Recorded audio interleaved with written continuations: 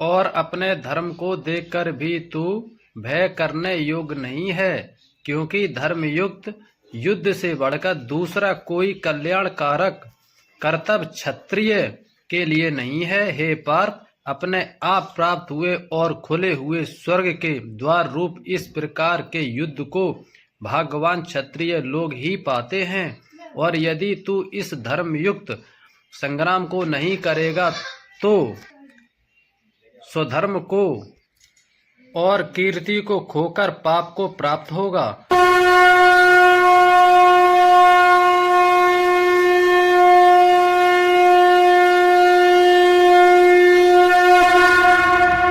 जय श्री कृष्ण। भगवत प्रेमियों, स्वागत है मेरे YouTube चैनल महेश दास ब्लॉग में। मैं महेश दास आप सभी भाई बहनों एवं साधु संतों को दंडवत प्रणाम करता हूं। तो भगवत प्रेमियों, आज का विषय है, जैसा कि आपने थंबनेल पर पढ़ा, उसमें मैंने लिखा था कि क्षत्रिय धर्म किसे कहते हैं, असली क्षत्रिय कौन होता है।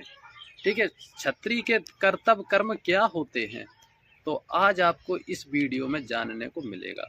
तो आपसे निवेदन है कि वीडियो को पूरा देखना, स्किप मत करना, और वीडियो अगर पसंद आए तो लाइक कर देना, शेयर कर देना, और हमारे इस YouTube चैनल को सब्सक्राइब जरूर करना, ताकि हम जब भी कोई वीडियो अपने YouTube चैनल पर अपलोड करें आप तक पहुंच जाए।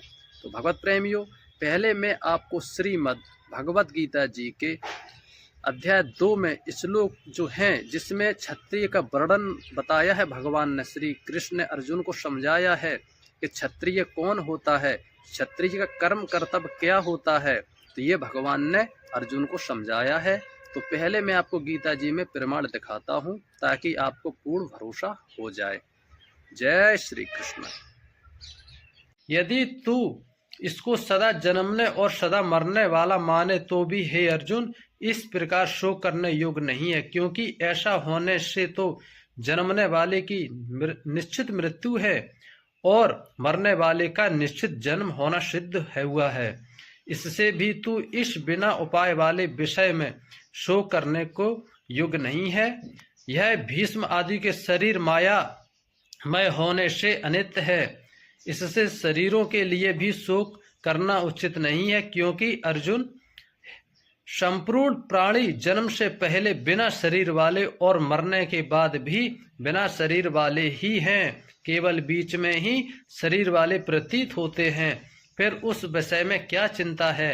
हे अर्जुन, यह आत्म तत्व बड़ा गहन है, इसलिए कोई महापुरुष ही इस आत्मा को आश्चर्य की ज्यों देखता है, और वैसे ही दूसरा कोई महापुरुष ही आश्चर्य की ज्यों इसके तत्व को कहता है, और दूसरे कोई इस आत्मा को आश्चर्य ज्यों सुनता है, और कोई कोई सुनकर भी इस आत्मा को नहीं जानता।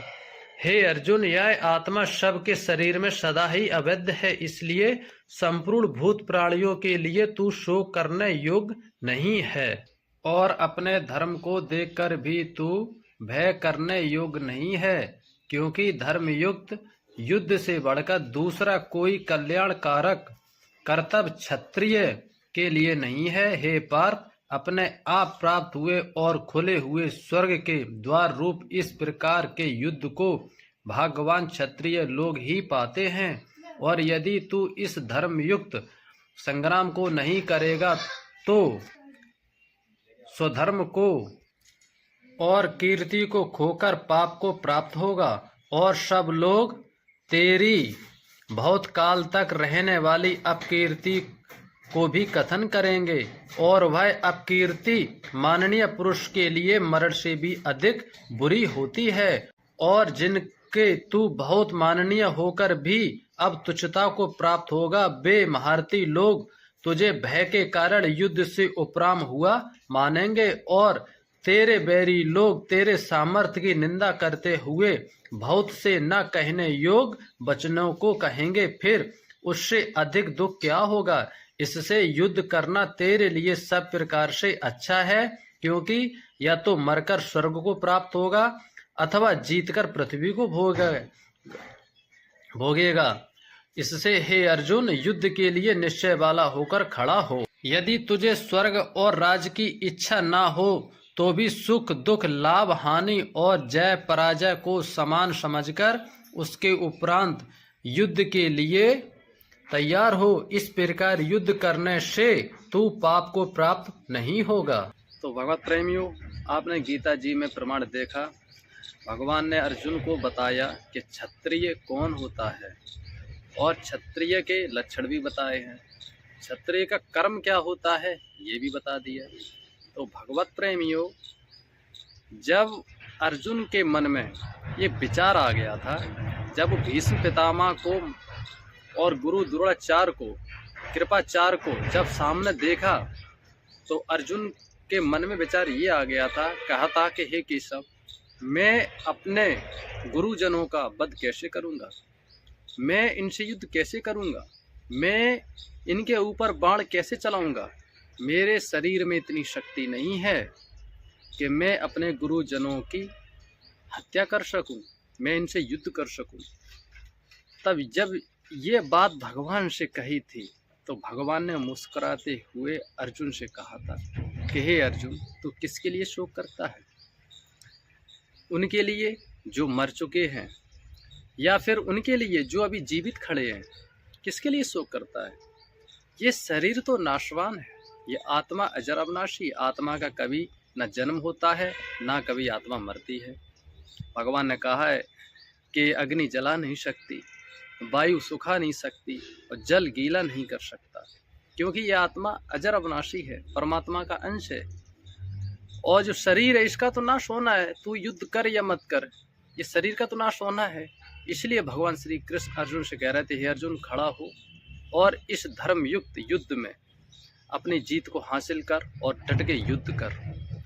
और तू ये निश्चय मान ले कि तू इस युद्ध को जीतेगा, इन बैरियों को जीतेगा। ये भगवान श्री कृष्ण ने अर्जुन से कहा था। अर्जुन का मन शिथिल बिथिल हो रहा था, क्योंकि सामने भीष्म पितामह थे। उनके मन में यही विचार आ रहे थे बार बार अर्जुन के कि मैं कैसे युद्ध करूंगा। तो भगवान श्री कृष्ण ने अर्जुन की ये दुविधा भी खत्म कर दी। अर्जुन से कहा कि मैं तुम्हें दिव्य दृष्टि देता हूं, और देखो, भगवान श्री कृष्ण ने सुदर्शन चक्र से भीष्म पितामह के शरीर के टुकड़े टुकड़े कर दिए, आत्मा को निकाल दिया, टुकड़े टुकड़े कर दिए। उसके बाद पुनः फिर शरीर सही शुद्ध किया, एकदम कंप्लीट कर दिया, उसके बाद आत्मा को प्रवेश कर दिया, और फिर भीष्म पितामह जीवित हो गए।